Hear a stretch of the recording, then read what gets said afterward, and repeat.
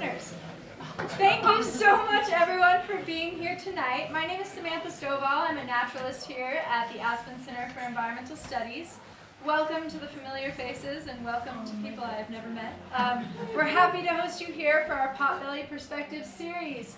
Tonight we have the lovely Blake Robinson talking to us about some of his epic journeys. Yes, we are all very excited for this talk. I don't want to delve too much into what he's going to be talking about. Before, I want to just thank you once again, and also thank you to our sponsors who provided beverages for us tonight. We have Two Leaves and a Bud who provided delicious tea, as well as Breckenridge Brewery providing us beer. Thank you to them, so we can all be hydrated. Also, I want to remind anyone who doesn't know or does know already that tomorrow we have another speaker in our speaker series, Naturalist Nights. This speaker it's going to be a really interesting talk about elk. It's entitled Disappearing Elk, Loving Our Wild Places to Death. And the speaker is Paul Milhouse with Rocky Mountain Wild. That talk is going to be here right in this same room at 6 p.m. instead of 7. Please come down. It's going to be really, really interesting. I know a lot of us naturalists are super excited for it. Please join us. I also want to introduce next week's Potbelly, titled Two Sides of Kanchenjunga. I don't know exactly. Kanchenjunga. Thank you, Liz. Healthy Rainforest, Retreating Glaciers. Dave Reed is going to be giving that talk in this room at the same time next week, next Wednesday. But without further ado, I would like to have Blake come up here, and we're going to learn a little bit about his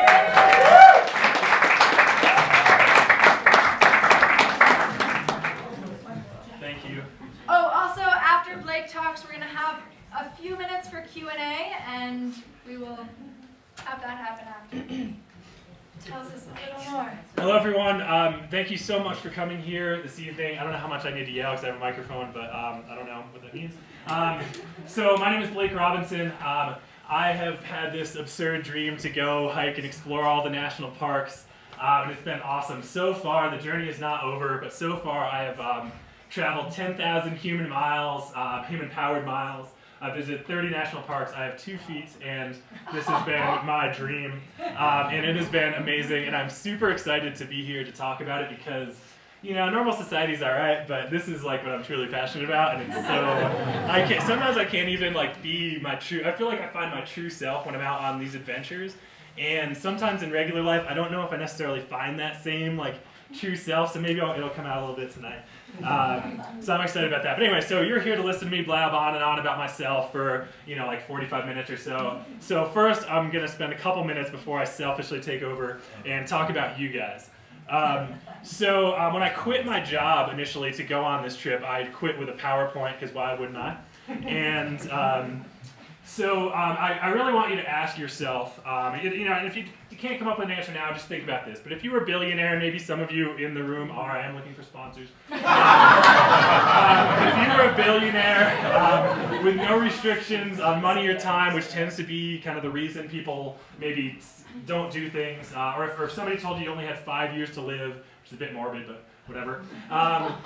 What would you do with your life, right? Like, do you ever think about that? Like, when you wake up, are you doing what you truly want to do? I mean, I know we are all in Aspen right now, so that's a pretty cool place to be. You know, I hope everybody takes advantage of that and the positivity that there and cool things there are to do around here. But sometimes, you know, in life, maybe you look at it and you're like, am I really doing what I want to do when I wake up today? Is this it? Like, what do I really want to do? I really want you to, I don't know, you don't have to answer this now, but maybe you can like write it down or write down a list of goals and stuff like that and think like, you know, maybe check on them once in a while, they'll change and you'll think like, oh, I'll cross them out, maybe add some other ones. But maybe sometimes you should look at it more seriously and be like, that's a big goal I have. What's a step I could take to like get one step closer to that goal? And why not, you know what, like, okay, so does everyone have an idea if they were a billionaire what they would do? Are you guys ready? All right. So the answer is, of course, do it anyway, right? Like there's no, like you're really, most of the time, you shouldn't necessarily just jump into something, right? Like you don't want to just like quit your job immediately tomorrow if you don't have the funds or time, or it might be kind of bad on your family or whatnot. But you should make a plan and just do it anyway. Like they always say, like all those cliches you've heard throughout your whole life, right? Like follow your heart, follow your dreams. And while all that stuff is a little bit cheesy, like you'll only regret the things you didn't do. It's like, isn't that kind of true, right? Like, is it, we hear those things all the time and we're like, oh, whatever, but shouldn't you maybe listen to it sometimes and just like go for it? So my favorite sensation, I think, tied with like 400,000 other things, is like I tend to like a lot of things, but like dreams becoming reality. Like, and then sometimes it can be truly real. Like the first day of one of these trips, I just kind of have this moment where I'm like, oh, I'm actually doing this. This is like my dream coming true, right? And it's so awesome. And your dream might be a little bit different than mine. It probably is. Probably tremendously different. But I would just really encourage you to do it. I mean, of course, you might have to make huge sacrifices, right? Like we tend to kind of fear change as humans, right? You kind of walk away from it a little bit. But the only way you're gonna change is if you change, right? So if you have that question of like, what am I gonna do? What is my passion? Maybe you don't know. And if you don't know, you should probably kind of force yourself to try new things, right? If you don't change, how are you gonna change? So this does require huge sacrifice, huge life changes. You'll have huge challenges, but you got this. And then I saw the other day, I kind of like this quote, the most dangerous thing you can do in life is play it safe, right? You can have, I don't know, and I really agree with that. So I would just encourage all of you to kind of ask yourself that as you, cruise through life at your own pace and just really try to chase your dreams. And if you really wake up day after day thinking like, this isn't exactly what I want to be doing in my life, like maybe you should make a plan and try to do it. Okay, so now back to selfish me. All right, so in this presentation, I'm going to attempt to explain my whole life story and then talk about Walk the Parks, and then you can ask me questions. All right, ready? So I grew up in upstate New York, Boston Lake, New York. Yeah, Saratoga Springs. That's like near Albany, upstate New York. I randomly went to like college. I had no idea where I wanted to go, right? I randomly applied to schools. I got into all of them. I might not have set my sights high enough. But I just chose the one that was farthest away. So I went to Florida State University, which is kind of interesting being from upstate New York because it's a state school. So it's all like people from Florida, like beach life. It's very different than upstate New York. This is like the first example of me just throwing myself into things that I'm like, what? But whatever.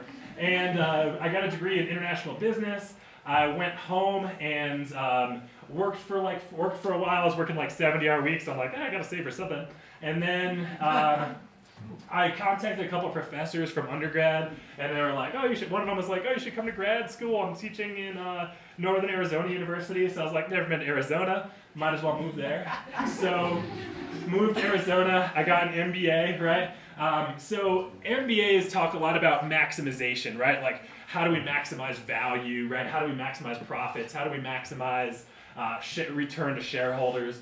Things like that. And it really made me question, like, what variables in my life do I want to maximize, right? Like, are those really the right variables, or are those more, I don't know, something else? But anyway, the funniest part about my MBA program is at the end of it, the faculty voted me the outstanding MBA student. I'm trying to gloat, whatever.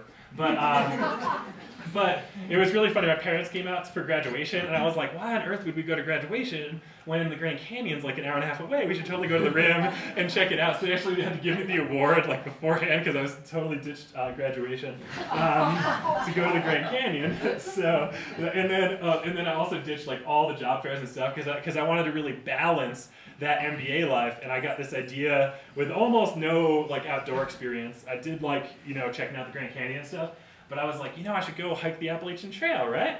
So immediately upon getting my MBA, I went and thru-hiked the Appalachian Trail. I went from Maine to Georgia. This is me like before I started. I had like a 75-pound backpack. Everyone was like, you'll never make it, you're carrying too much. Like, and I kind of like fed off that. I really liked like the blind hate, and I was like, whatever, this is the best time of my life. Like, why? Criticize my gear. Like, cool. But I don't drive a Ferrari either, guys, but I think it's okay. I got the name Deluxe from that, like you get these trail names that people call you. So I live a life of opulence on the trail, so my name is Deluxe. Like I had the huge pack the whole way. I love the hate. I thought it was so funny. People were like, you'll never make it. Oh man, I have a 15-pound backpack and I'm so awesome. And it's like, are you? But,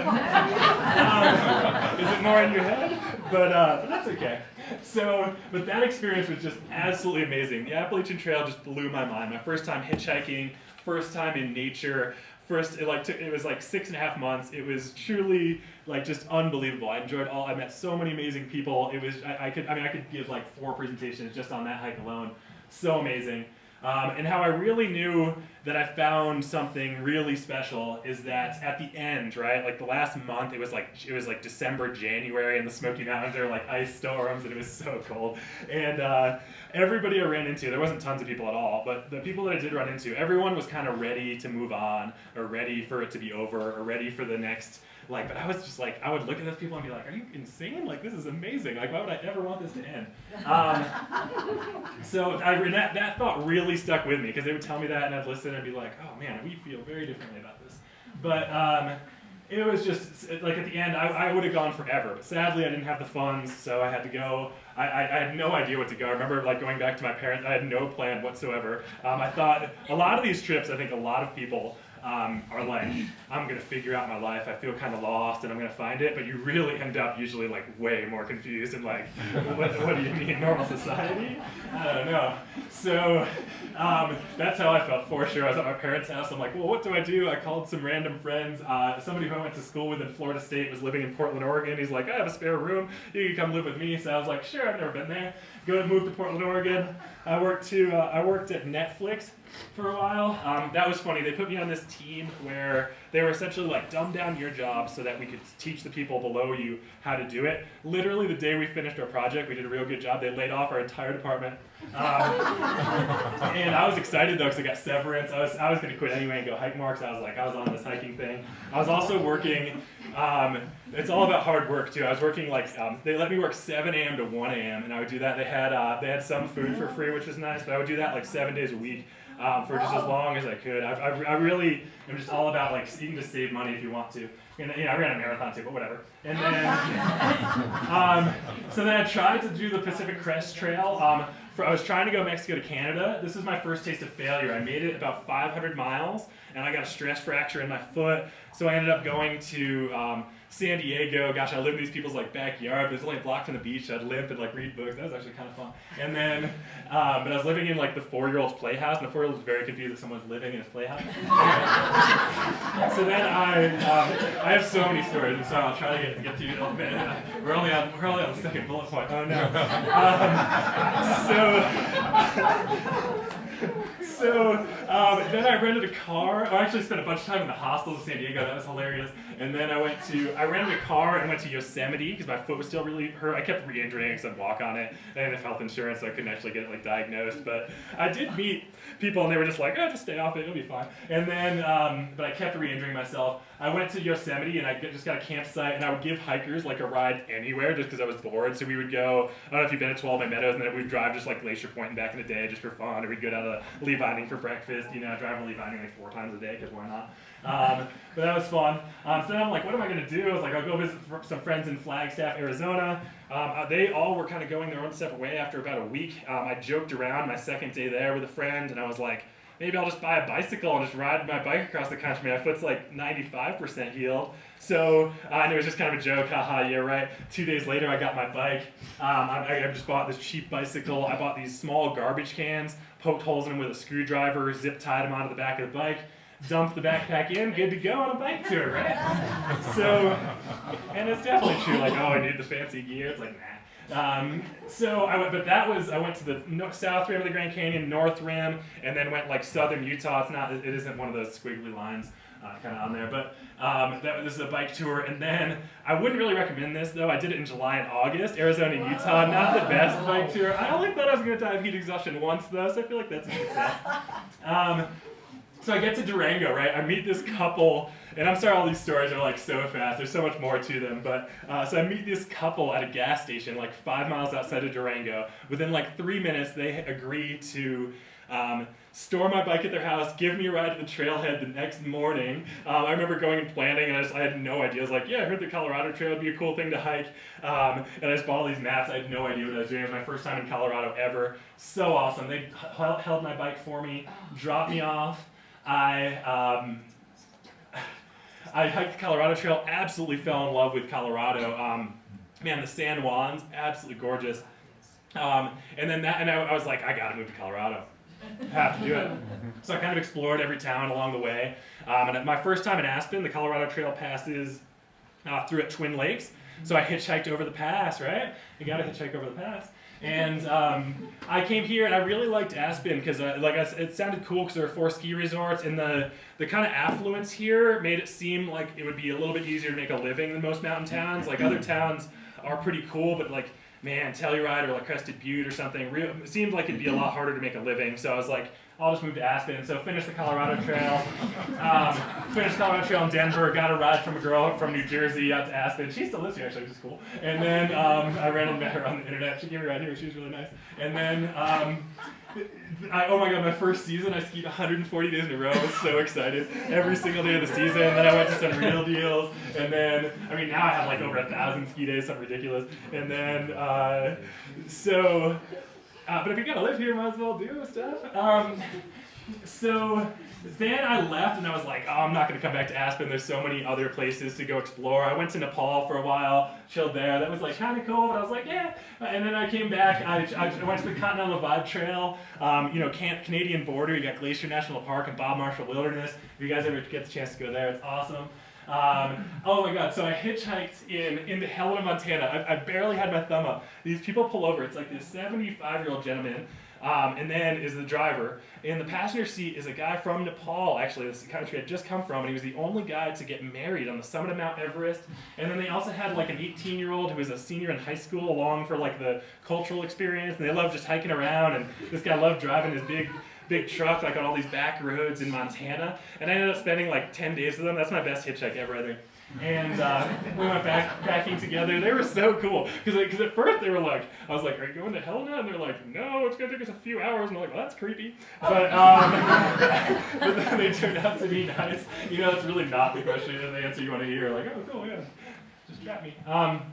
So I did that, and then I was like, yeah, I don't know, Continental Divide Trail, maybe I'll go do some trail building. I did some trail building in the Weminuche Wilderness in southern Colorado. I went in northern New Mexico, did like a month, like a couple weeks more.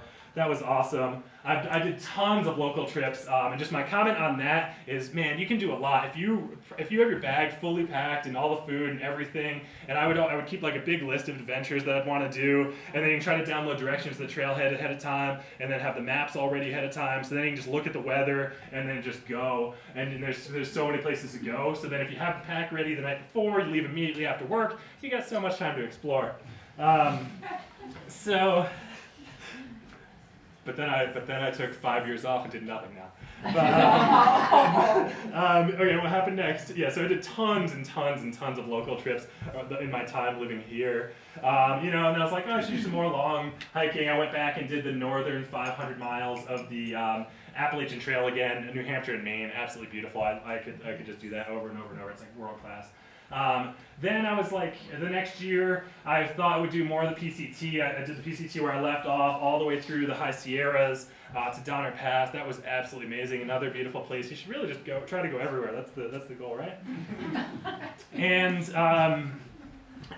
then I had like 3 more weeks left after the PCT. And I was like, well, I could stay on the PCT and do some more hiking there, but I'm not going to finish. Or I could do something harder and come back to Colorado and do the collegiate loop. Do you guys know about this? So there's like, it goes like Twin Lakes to, what is that?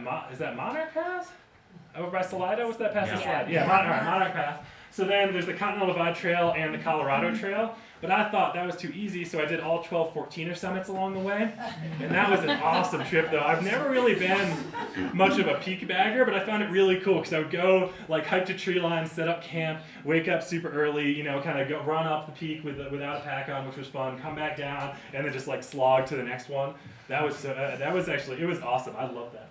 And 1,000 ski days, and now, but like I really prefer uphill. I think now more than anything. I like to just kind of walk around.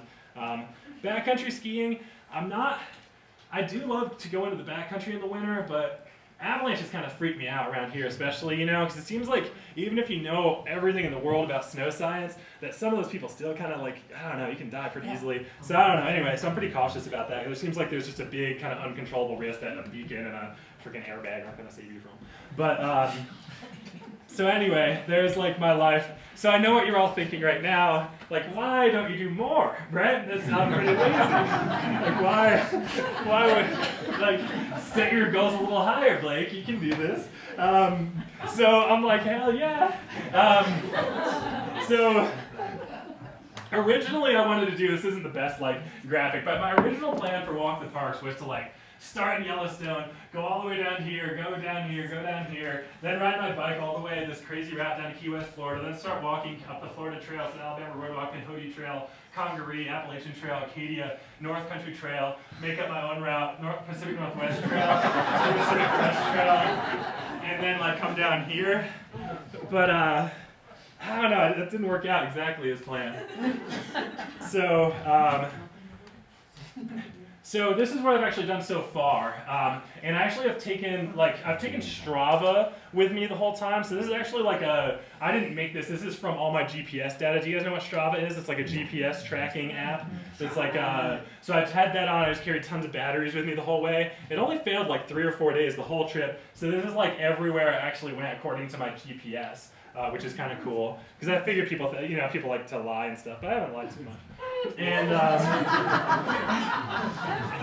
so, oh man, I get tired looking at it, but not really. So then I kept changing, like what am I going to do? Where am I going to start? Because at one point I was like, you know, it'd be best, because Florida was such like a weird one, which I still haven't hit, but timing's so important. You really don't want to be there anytime besides winter, because just the bugs and swamps and stuff is just so. Have you guys ever hiked in like the south when it's southeast, like during summer? There's like every 5 steps, like you run into a spider web. It's a very interesting like test of patience and I don't even know, grit or something, or just how much horribleness you can tolerate. I don't know what it is. But you know what I mean? No, I mean, it's beautiful, but it can just be like oh man. Anyway, and so all the thunderstorm stuff too, but that's fun. Okay, so what I learned, one thing I want to comment on is I learned a lot about okay, so there's this question of like a goal you have, right? Because there's one kind of school of thought that's like you should project the goal you have, right? Because then it holds you accountable and it's good to do. And then there's another school of thought that's like you should really only talk about what you've actually done, right? Because everybody is just talking smack at the bar or whatever, right? And some people are really good at it. You're like, oh wow, you're so impressive. But it's like, have you done anything? No. Okay. A lot of people do this. I don't know. It's not bad, but just you should look out for it. It's a common trait. But I guess I kind of lied, you know. So I made it I'll talk more about this, but I made it through this whole part, but then I tried to switch to a bicycle, and within 2 days on my bicycle, I had horrible knee pain. It was bad. I was like, man, and it sucked because I had in Utah, I buried water every 60 miles, and it was I was there in November. I spent Christmas 2017 below the rim of the Grand Canyon, right? So it's really cold, so I had full winter gear, so my pack was heavy, and I was carrying up to 14 liters of water sometimes. So my pack was ridiculously heavy, and I felt so good, I was in shape, and it really didn't bother me, you know. I remember when I left to go into the Grand Canyon, and of course I didn't choose the easy route. I'm like, no, I'm gonna hitchhike on a raft and go another route totally. So and then that's actually funny. I tried to hitchhike on the raft at the Grand Canyon, right at the bottom, because why not? And I had to wait 4 days for a ride. Kayakers came and they're like, we can't give you a ride. Then some people came and said no, which I thought was hilarious. I didn't even argue. I was like, really? But I was like, what? So I just walked away. I was like, okay, that's normal. But yeah, I'm a threat to your group. But me and my backpack at the bottom of the Grand Canyon. So anyway, and then another group came and they're like, sure, we'll give you a ride, but we're going to take a full day off first. So all right. So hung out for 4 days at a beautiful spot there at the bottom of the Grand Canyon. But anyway, so I tried to switch to a bicycle, and it was slightly too small. So I got this at my knee within days. So here I am feeling so strong, carrying this ridiculous heavy pack with all this water, all this food, all this winter gear. And then I'm like, man, I hurt my damn knee, that sucks. But it ended up being awesome. I think on this trip I've spent 75 days below the rim of the Grand Canyon alone. I managed to sneak my way on well, not sneak, but I managed to get on a 20-day raft trip down the Grand Canyon. That was amazing. God, have you guys done that? Yeah, it's so fun, right? Oh man. Sometimes I'm like, is every day away from the Grand Canyon a wasted day? But no, it's fun around here too. I really do like it there. If I have to choose a favorite place, I just love the Grand Canyon. Like, I love it around here because it's so hard, right? Like, it's actually really rare to live somewhere where you can do like a 4,000-foot climb, like right off the bat, right? But around here, that's like a very common. But the only place I found that's like more challenging is probably like the Grand Canyon, because there's a lot of stuff and like off trail, and it's like you can get up to 6,000 feet of vert. I mean, I guess Sopris is probably near that. But anyway, I really like how challenging the terrain is, and it makes it, just like it's so beautiful around here that the topography is amazing there. Okay, what else should I talk about? Let's see here. I was bummed out, and I kind of learned, and I felt like a failure for a while though, because I was like, man, I told all these people I was gonna ride my bike to Key West, and I'm just like. But I was like, at the same time, I don't know, I just made up a 3,000-mile route and thru-hiked it. It's not that bad. And I buried water like every 60 miles and found that. A guy gave me a ride on his plane. I got, oh man, I met so many cool people. The first day was hilarious. Like, first of all, like, our friend's like, oh, we gotta go to the all-you-can-eat buffet at Old Faithful. And I'm like, okay. And yeah, I remember just waiting for Old Faithful to erupt so I could like run to the bathroom. It was so embarrassing, but I had to see it like before. And then I started so late, and then I immediately got lost. I had read that the Continental Divide Trail is like hard to follow right near there, but I didn't really think about it. But I like immediately got lost for 4 miles, and then it just started pouring rain, and then. But it all worked out fine. It's all good. And then the Continental Divide Trail is really pretty. I really like southern Wyoming was really cool, or the Wind River Range. Have you guys been there? That place is awesome. The Wind River Range is cool because it's like just this one huge wilderness area, so you kind of have to work for it, right? Like, 'cause you can't park that close. So plus you have Yellowstone and the Tetons that are so close to there, so people like kind of forget about it. But if you're willing to put in the effort, man, the Wind River Range is absolutely amazing. And then I did do like a 500-mile road walk in southern Colorado. So you take the Continental Divide, I took the Continental Divide Trail, but then immediately took like a 300-mile detour to go through Grand Teton and stuff, because can't miss that. And then I had to do this weird like kind of semi-trespassing route to connect back to the Continental Divide Trail, but it wasn't so bad. I don't think I trespassed too much. I try not to, but at the same time it's kind of weird, right? Like, people just put up these fences in the middle of nowhere, and it's like, well, I mean, I don't know, I never really got that. But, well, because it's like, I get it if you use it or whatever, or if, you know what I mean, or if you're like looking through the window or something, but I mean, if you're just on somebody's like 7,000 acre like property, it's like, who cares? But, sorry landowners. Kick me out. I trampled your fields.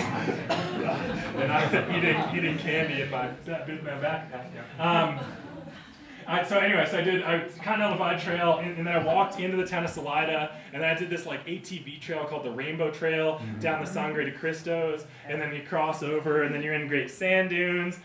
Then you hitchhike 5 hours to go to Keystone, so you can go to the long distance hiker like association thing. That was actually really cool though. And then go back, and then I started a 500-mile road walk. I got Giardia though. Do you guys know what that is? Oh my god! On a paved road walk, like, and it was like, oh man. And then of course, like where I'm like, oh, I gotta go to the doctor. And but then of course there's only like an expensive hotel, like, but I like have to stay there for 4 nights, and I was like, oh my god. And then I was like, oh, they're gonna charge me for the sheets. But anyway, they didn't, thankfully. But. That's the reality of it, right? Oh, it's all so beautiful until you get Giardia. But then I'm on a 500-mile, and road walks are just kind of weird. Like, if you're on normal hiking places, like, people are kind of like, oh, you're a hiker. Like, if you're off the hiking people are like, oh, you're a heroin addict, And it's like, you really have more to, sorry, I don't mean that in a mean way. But it's just more barriers to overcome, right? Like, people are like more like scared of you. It's like, hey, if you talk to me for 2 minutes, you can figure it out I'm someone. And you usually know within like a sentence or two if somebody's like, you want them out of your life forever, kind of, right? But I feel like I'm okay to talk to. Okay, oh, another funny thing. So this first route, I was like completely alone for like the entire thing. And I'm actually kind of talkative. I don't know if you could picture that. But so before I'm going into these towns, I'm telling myself, I'm like, all right, you gotta calm down. You have to make friends with people, right? Like, and the way to make friends is you want them to talk about themselves. Ask them questions. If I don't talk too much and I ask them questions about them, they'll like me more. And I would literally give myself this pep talk. And like, you know, and as I'm like approaching someone, you know, because it's also risky, right? They're on a bench. Who am I? A guy walking towards them. Oh my God, I have a backpack. I'm like, hello, you know, but I would just like literally like try to rehearse it. But I actually had pretty good luck. People have made friends with me, which is really nice. But that was quite amusing. I really enjoyed that, and it was crazy in Utah. There was like that was that super drought year, right? 2017, 2018, the winter. So it was like it was freezing cold, but everything was dry. So I did bury water like every 60 miles. And I found it, you know, and I'd be like, yeah, I'd be all excited, and I have all these like gallon jugs on my backpack, you know, yeah, water, you need that to live.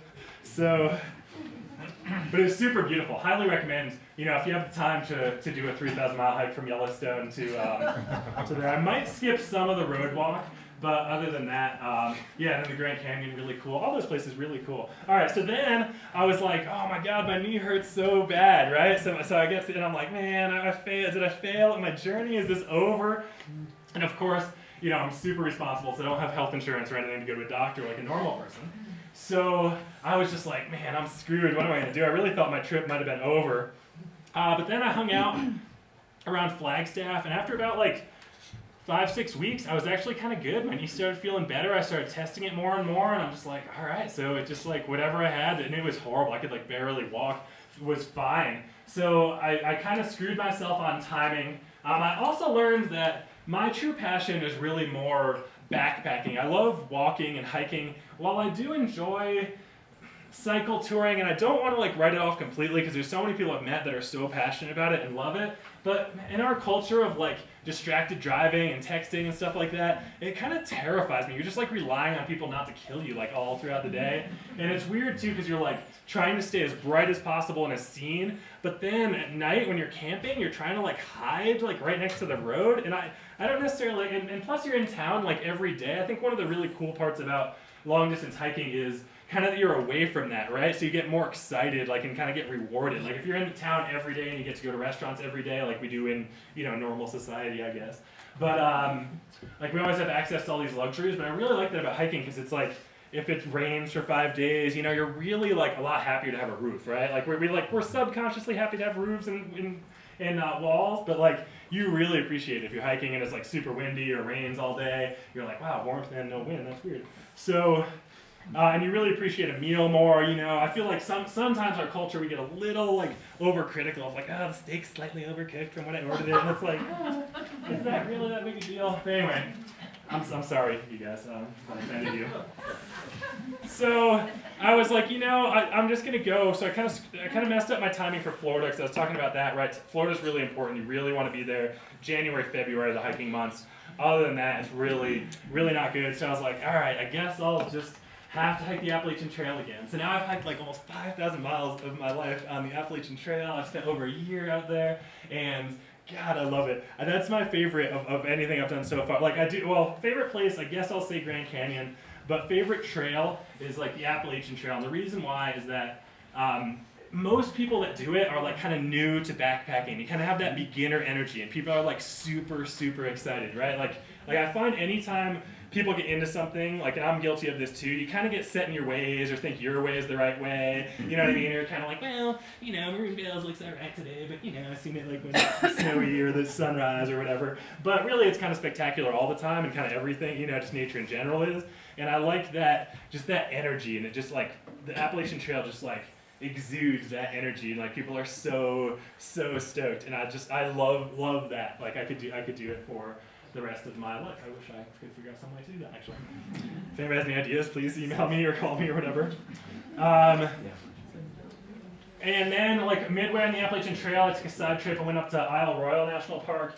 That's way up here. That was beautiful. I traversed the whole thing back and forth. That was super cool. I went to Acadia. I had an awesome experience some Aspen friends hooked me up, totally in a KD, and it was like, blew my mind how cool and nice they were. I've never been treated like that in my life. It was awesome. And then I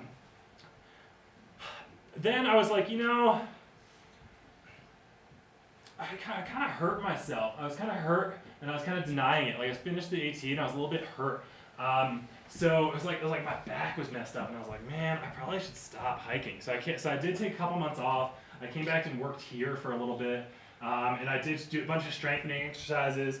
And then I was like, well, since I've already like messed up my original goal so much anyway, you know, just whatever. And at this point, I'm feeling like less of a failure because I'm like, yeah, whatever. I've done like 6,000 miles at least. That's cool. And then, so then I went on a road trip. I went to like Petrified Forest. Of course, did another week at the Grand Canyon. Went to Death Valley, Channel Islands. Oh my God, Channel Islands. You have to take a boat to go to. Have you guys been to Channel Islands National Park or heard of that? It's so sweet. But it was really cool. Like, do you know the blue whale is the largest animal to ever exist on the planet, including dinosaurs, and it's still here? And we saw one, like, it was like 20 feet from the boat. The guy said, the crew, I mean, I don't know if they lie and tell us all the tourists, but they said they've been working there for like 25 years and they've never seen one so close, so I got super lucky, got to see a blue whale in my short time there. The redwoods are super cool, and then I'm like, yeah, you know, gotta hike the full Pacific Crest Trail. That was absolutely amazing. You guys should go do that too.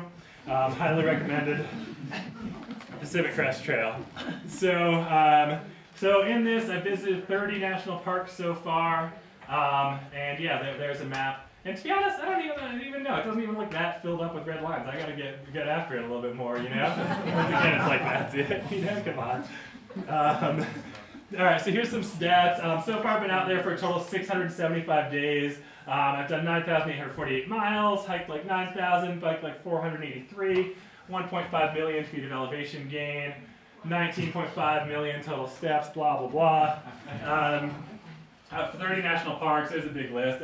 You know, the national parks was just really like an excuse. Like I am kind of fascinated by the whole, the woman who introduced me was talking about how places get loved to death, and it is really interesting. I've kind of noticed, like, if you name something a national park, like, that's where it's so crazy. Like, you cross the boundary and people are like fighting for parking spaces and like permits and all this stuff, but like usually just outside there's nothing. It's like dilapidated trails, and the scenery is only slightly less though. So it's really interesting how if you name something a park or fund it as a park, what happens there. Visited 23 states. I don't know. We celebrate imaginary lines, so yay, imaginary lines up front. Highest point, Mount Elbert. I could have done Whitney. I don't know why I didn't. I was just like, I didn't feel like it that day, so just didn't do it. Badwater Basin, minus 282 feet. I went 15 days without a shower. It really isn't that bad. Whatever. Honestly, it's more like genius marketing. All these soaps and perfumes. I know you guys are like, no way, you're so wrong. But like, I mean, God, think how many thousands of years people went without deodorant. Do you think they were just like covering their noses? Like, no. Human odor is fine. We're just whips now because the marketers have gotten us with their perfumes. Anyway. Kids and their perfumes these days. So I did get infected poison ivy, and I remember somebody put some comment on Facebook or something, and they were like, "Whatever, suck it up." But like, this wasn't just poison ivy. Like, I remember going to the pharmacy, and I was like, "Hey, pharmacist, like, could you look at my leg? I got this weird rash. Maybe it's poison ivy." And her immediate response was like, "You need to go to the ER immediately." And I was like, "Okay, cool." So I went to the ER. But it's so annoying though. They just give you antibiotics and then circle it with a marker, and I'm like if it gets bigger, come to the hospital again. You know, but it's all good. Yeah, I went 35 miles one day, but I wanted to talk just a second about that. This sport, right? Like a lot of people who do these long hikes, like there's kind of different sports out there. Like some people are like, I'm gonna charge it and just go as many miles as I can, and they do that every day and they push themselves. That's really not me. I'm more like I do really enjoy the physical aspect, and you get so fit and you climb all these mountains and it's awesome. But at the same time, man, I love just exploring all these cool towns you go through and stuff. And if somebody invites me to go do something, I try to say yes. You know, I'm not like, oh no, I've got to stay on my 40-mile-a-day average. Like, whatever. I want to meet cool people, like, you know, and experience all things I would never get to do. You know, so I really just try to just say yes as much as I can on these trips. If I meet cool people and they invite me to do something, You know, like a lot of times you can be polite and be like, no, and then they ask again, and you're like, yes. But on these trips, a lot of times, you know, people offer, I'm like, you know, sure, that sounds amazing. I'd love to go, right? Like, I don't know if sometimes they're like, I wish we said a polite no, geez. But, but whatever. So, smiles per day, so many, and then I've also met so many amazing people. God, I just love, there's so many cool people. Like, I don't know what it is, whether it's that I'm on this crazy journey, or like that they only know me for a short period of time, or just the energy I'm giving off, like when the people meet me. But man, I just meet the coolest people. Like, it's so awesome. That's one thing I kind of struggle with in normal life. Like, I try pretty hard to like start conversation with people, but a lot of times you're like, why are you talking to me, you know? Or like what? And it's like, oh, you're supposed to stay within this like frame of like when you meet somebody, and it's like, nah, I want to dig a little deeper, you know? What are you really about? Like, I don't know. And it's not a competition. Like, let's just like learn cool things about each other. Everybody does some stuff that's cool. I don't know. You don't have to walk across the country. Oh no. Oh no. Oh my God, we recovered. Okay, so why on earth would I do this, right? So we talked about maximizing variables. I want to maximize my time outside, maximum the number of beautiful things I see, maximize the number of amazing people I meet. You know, there's a lot of talk about this. No, forgotten America, and that is totally what I go through. You go through all these towns that like no one would ever go to, and I just love that. It's so fun. They have like one little restaurant or something. I just think that's so cool, and it's really neat to just talk to all sorts of different people and just learn from them. You know, normal life is a bit played out, right? What are we gonna just all go to school, go have kids, and get a job? I mean, whatever.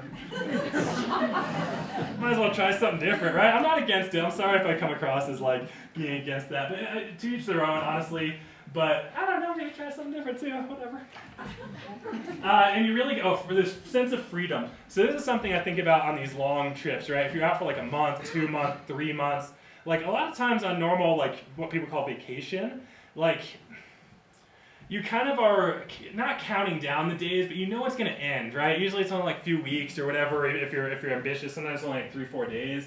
But there's this sensation you get, like, you know, it occurs around like a month, sometimes maybe a little bit more than that, when it actually becomes your life for a while, right? It's not like an escape from the normal life or a break from life, but it becomes your actual life, right? Like, it's like, this is my existence, and that's really cool. That's one of my favorite parts. Like, it actually becomes your life, not just like a brief trip that's temporarily breaking me from my my normal life. And I really wish more people got to experience that. I feel so lucky that I've been able to experience it so much. And just why not, right? So, all right. So how do I do this? A lot of people ask, right? So unfortunately, I'm not wealthy. So the 4-step plan, you guys: dream, plan, save, execute. Easy as that. So, but it is really true. You gotta come up with a dream. But like I said, you can't just jump into it. I can't do it tomorrow. I wish I could. I'm just waiting for the day my mom calls me and is like, I really wasn't a kindergarten teacher. I was actually a hedge fund manager. And we do it like we feel like you're responsible enough now to handle money, but I'm still waiting. It hasn't happened. Maybe, right? So, but I guess it's better to earn it anyway. Yeah. But you gotta plan it. You know, you can't just quit and do these things, and you have to save money, and then you just have to do it. Right, first step is the hardest. So right now, I mean, and before I started this, I started, you know, I cut down on my adventures a bit and just started working 3 jobs. Right, you got to work the daytime job, you got to have a night gig or a weekend gig, and then. Gosh, right now I'm doing work for a stay.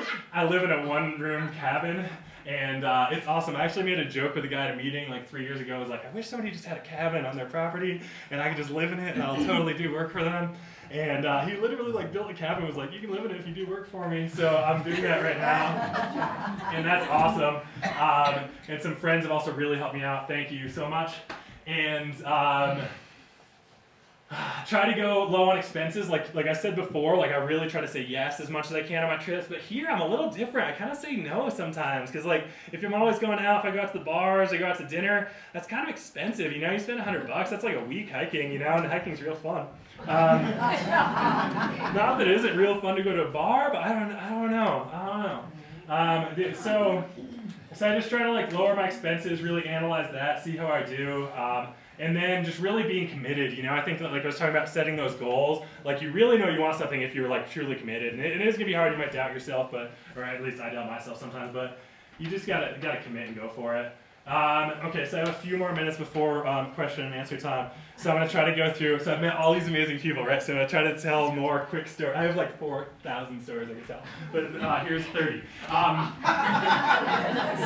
oh my god, I show up at this town in California. First I go and there's like this restaurant, I meet this super cool hiking couple. It's on the Pacific Crest Trail from Australia, that's not them. They were so awesome. We chat up the local invites us to their house. They were so cool, they gave us beer, we got to take showers, we got to wander, they were amazing. And then the next day I wake up, I leave their house and I go down and these people, Frenchie, this girl, she's like, hey, we have a car, do you want to come to Reno? And I'm like, hell yeah, and we went to Reno, and it was so fun, right? Like, even going, Reno, it was amazing. These people, oh my god, they're so awesome. I met them at a laundromat in Wyoming, and they were just the sweetest people in the world. They bought me a sub at Subway, and they let me hang out with them in their RV. She sewed a hole that was in my pants. They gave me, oh my god, they gave me this huge meal. They were like the most amazing people in the world. The awards, they're awesome. This girl, Chelsea, I went to I randomly ran into the World Championship Adventure Race Series. These people are racing like for like 7 days. It was the first time it was in America. So awesome. This girl, she talked to me for like 2 hours about how to edit photos, and when she was doing press for him, she was so cool. This dude has hiked like 30,000 miles. He started when he was 55. Hell yes. This girl gave me a ride like 4 hours out of the way. This girl I met on couch surfing. She was a vegan chef, and I stayed with her in Telluride, and she was awesome. This is Bob Peoples. When Bob Peoples drives a car off the lot, it increases in value. Oh my god. Christina and Kirk Harstead, I met them outside Rocky Mountain National Park. So awesome. Within minutes, they're like, you want to buy you dinner? They like essentially forced me to go on this bar crawl at like 1 a.m. But then even better, they like joked around in our drunkenness about coming and visiting me later. Then they did. We freaking car camped in Twin Lakes. They said it was awesome because I encouraged them to go car camping, which they never do. They do adventures. Super awesome people. No clue who these are. Dude, I've had this dream, right, on hot days that people will just roll down their window and give me fruit. It's a weird dream, and I've had it. It happened. They gave me cantaloupe. They're just like, do you want some cantaloupe? Cantaloupe. Yeah, this guy, right, I was talking about on that route from Yellowstone to the Grand Canyon, how I was like alone all the time. He was like the guy I hiked with the longest, and it was like we camped together one night and we hiked together maybe like 2.5 hours, right? His name is Michael Sweet, his trail name is Tree. He is the man. So then I got on that rafting trip, right, to the Grand Canyon, and they were like, if you have any friends that want to come along, they could come. I put it on my social media. Dude, he freaking came on the raft trip. How cool is that? I love him. All right, so this is Orange Man. He's from New Zealand. I met him at the PCT. Look at what he bought for resupply. Literally Pop-Tarts. So you do eat a lot of junk food, but this is the craziest I've ever seen. He's eating that piece of pizza, and he's amazing. This dude was an adventure racing national champion. You just randomly meet him and hang out with him. He's real good at navigation. He taught me about that. This dude I hung out with on his 21st birthday. Scout, look how cute he is. I loved him, man. Scout's a good dude. This is just a picture of food, but oh my gosh. So I go to this restaurant, right? This is Timberline Lodge in Oregon, and this woman, I'm just like about to eat this, it's a breakfast buffet, people are talking about it, and you go, and this woman's like, are you hiking the Pacific Crest Trail? I'm like, yes, yes. And she's like, I want to buy you breakfast. I'm like, what? Okay. So, and then she's like, do you have any friends? I'm like, yes. And then she bought like 6 of us breakfast. During breakfast, she like comments about how I have the most disgustingly dirty shirt she's ever seen. And they freaking go and buy me a damn shirt. I didn't even have a choice. They just give me a shirt. And I'm like, what is that? And it was like, it was totally like, well, they were so cool. Anyway, thank you for the shirt and breakfast. Okay, so this guy you can barely see. His name is Professor. He's also cool. So this is like a camp he worked at. I'm hiking down Stevens Pass Ski Resort in Washington. There was a snowstorm. It's like a foot of snow. I'm literally down at the bottom at like sunset. I'm like, what am I going to do? This is going to be kind of cold. And I run into him, and he's like, hey, by the way, I worked at this cabin, at this camp.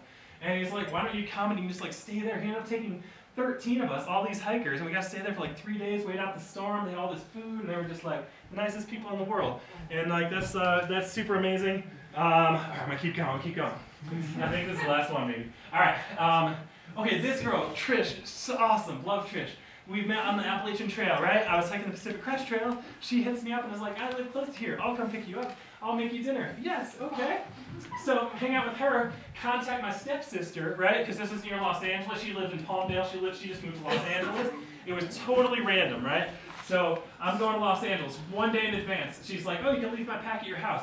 She's like, my boyfriend is a sound engineer. He's at a show tonight. Do you want to come for free? Sure, we go there. It's a beachfront show. There's a secret headliner. It's freaking Snoop Dogg. Literally, completely randomly end up at a private Snoop Dogg beachfront concert in Huntington Beach in Los Angeles. I'm like, hell yeah. So these people, I wake up at this campground, right? And I'm right about to leave. These people are like, hope nobody's going anywhere. We're about to have an all-day, all-you-can-eat barbecue. What? People even came in the middle of it with like a full cooler of microbrew beer to it. What?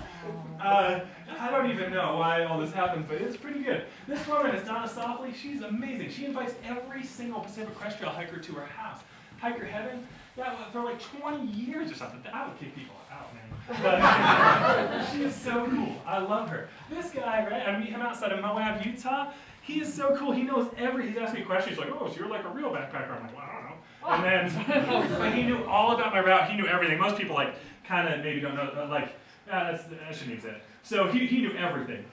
So cool. And then we talked for like half an hour. I didn't really need water. He like asked me like 5 times. Eventually, I just said yes.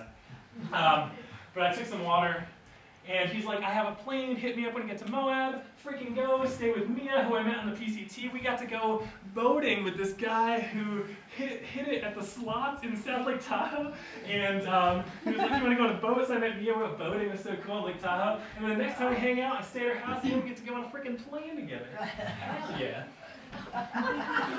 And not only did we go on a plane, but we went on a plane ride of like what my future route was. So I got to see it all from the air. It was so, and he made me fly for like 80%. That's kind of weird, but it was fun. All right, what kind of questions do you guys got?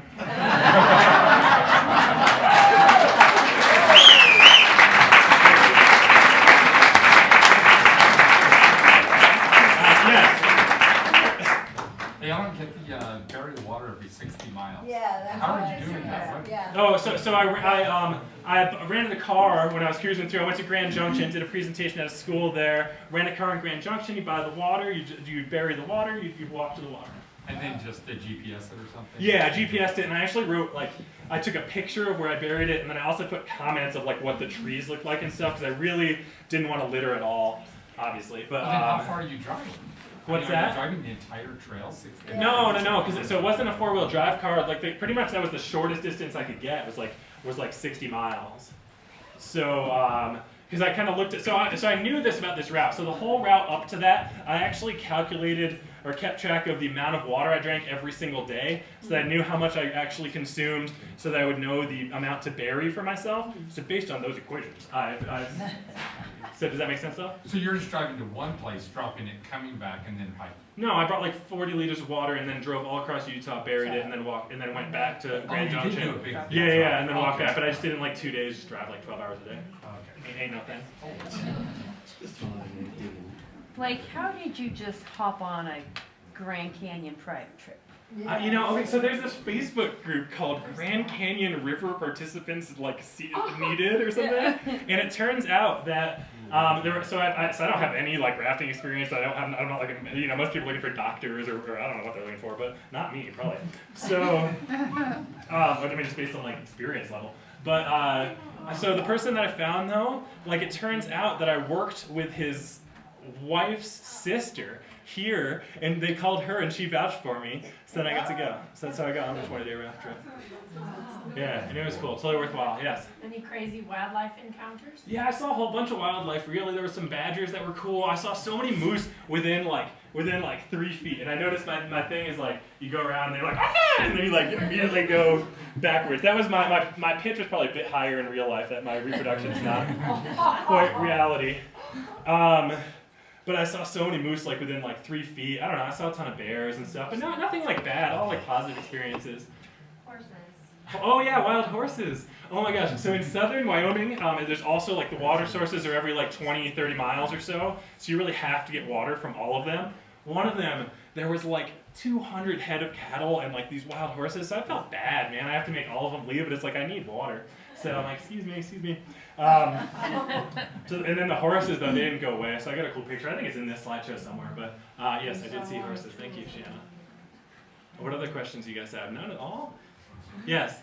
What's next? Oh man. So I don't know. Should I project my goals or should I only talk about my past accomplishments? I want to do more. It's been really hard. It's cost a lot more money than I thought it would. But I'm going to go for it. I'm starting like May 1st. I'm going to do another like 4 or 5 months. I'm going to get after it. More national parks? Oh yeah. I got to finish. I got to go to all of them. The original goal was like all up in the lower 48. You know, it's taken a lot longer, a lot more money than I thought. But it's hard though too, because I have to like quit my job and then like roll the dice. Like, will they hire me again? So, but at the same time, it's like, yeah. So you're talking about the deluxe approach. Are you cooking? And what's your meal plan? Yeah, mostly candy. What's next? No, so I do like candy. Yes, I do cook. Like I cook like I typically don't cook dinner. I use like a jet boil. Usually, I don't know. My favorite is like rice with some taco seasoning, maybe some avocado, a little bit of cheese in there. Oh man, that's good. Maybe some ramen, pasta. I don't know. Lots of stuff to eat. What are your jobs here? What are my jobs here? I work at, I'm a manager at Ski-Co, I'm a manager at Ski-Co.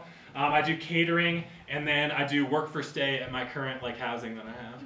But I'm looking for more if anybody has any opportunities for next year. I'm a hard worker. How many more national parks do you have left? So they keep adding them. Since I started, they've added like 40. I'm just like, oh my god. So now there's 50 in the lower 48.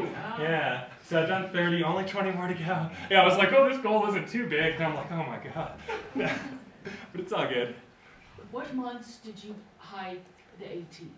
I hiked the AT the full, like, man, so on my first thru hike, I started July 2nd, went to January 12th, but on this trip, I went March 21st till October 12th. You went This time I went south to South. north. Or Yeah, south on the to first south. thru hike, I went southbound. The second thru hike, I went northbound. I started March 21st, which is the first day of spring, which is the most popular day to start. At the headquarters, they yelled at me, but I was like, listen, I was trying to see what it was like, and it was awesome. Yes.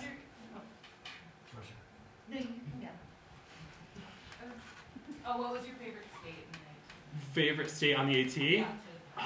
You know, I gotta say Maine. I just love Maine. Like, it's just so beautiful there. Maine is so cool. Maine has so many lakes that like aren't developed at all. I love that, and there's just like I don't know, I just love Maine. And this time I was there in fall. You know, like people who go fast kind of miss out because they don't get those beautiful fall colors. But it was just like astounding. I just love Maine. It's so hardcore. I love it. This guy back there, man, I met him on my first southbound hike on the AT, and when it was like really, it was really snowy, and he's like, I'm just gonna go into this town, right, and like figure it out. So then I'm coming back there, like last year, and I go into this town where I last saw him. Roy is his name. He's freaking still living there. I find him and like let me stay at his house for like 5 days. It was awesome. Anyway. Yes, Jana. Like, your pictures are really amazing. Do you have a book that we could buy? No. For any other merchandise? Nope. No Next more question. books? I really don't. I don't have any more books. I mean, I do have the sweatshirt, but I don't. sold out of all books? Yeah, I didn't make that right away. Yeah, I don't know. I kind of had trouble like with that whole balance, right? Because some people are like, oh, you should take on a sponsor, or some people are like, you know, because public land has made such a positive like difference in my life, but at the same time. I kind of hate at the grocery store when people are like forcing you to try to donate or something. Like, I think one of the problems we have in our country is that we don't listen to the other side enough. So I don't really, I struggle with that. I don't really want to have like this whole big stand that I'm on because I really want to listen to people whatever their opinion is. And like, I feel like if I have a strong stance, people would say, no, you can't stay with me, honestly, like versus, so anyway, that's kind of a weird tangent, but yeah. Cat. Do you think you will write an autobiography eventually about this? Do you think I should? Yes. Yeah, there's so many stories I left out. I mean, there's so many. Like, this is so hard for me to condense down. You have no idea. Do you journal while you're walking? Yeah, you know, the thing about, I write tons, but pretty much I find that I don't, especially while I'm out there, it's all like first draft, so it's not, like, and I try to write as much like stream of consciousness as possible, just everything I can remember about the day. So if you read that, it's like not that good, you know what I mean? Like, it's really first draft, but I write a ton, yeah, I love writing. We probably have time for one more question. Oh, wow. I'm sorry. I understand your logo. I missed that part when you were saying how you came up with your logo. Oh, I just thought that it'd be cool to have a logo. So I made a logo. Well, and I'm fascinated too by, I'm fascinated, I mean, that's honest. but I'm fascinated too, but we have this like culture of kind of logo worship, right? Like Patagonia, or like, right, it's like strafe or whatever. And, which is cool, but I was like, just make up my own, right? Like, it doesn't really mean anything, but it's like fun, right? I don't know. Like, why pimp somebody else's logo when you have your own? Is that where we're ending? God.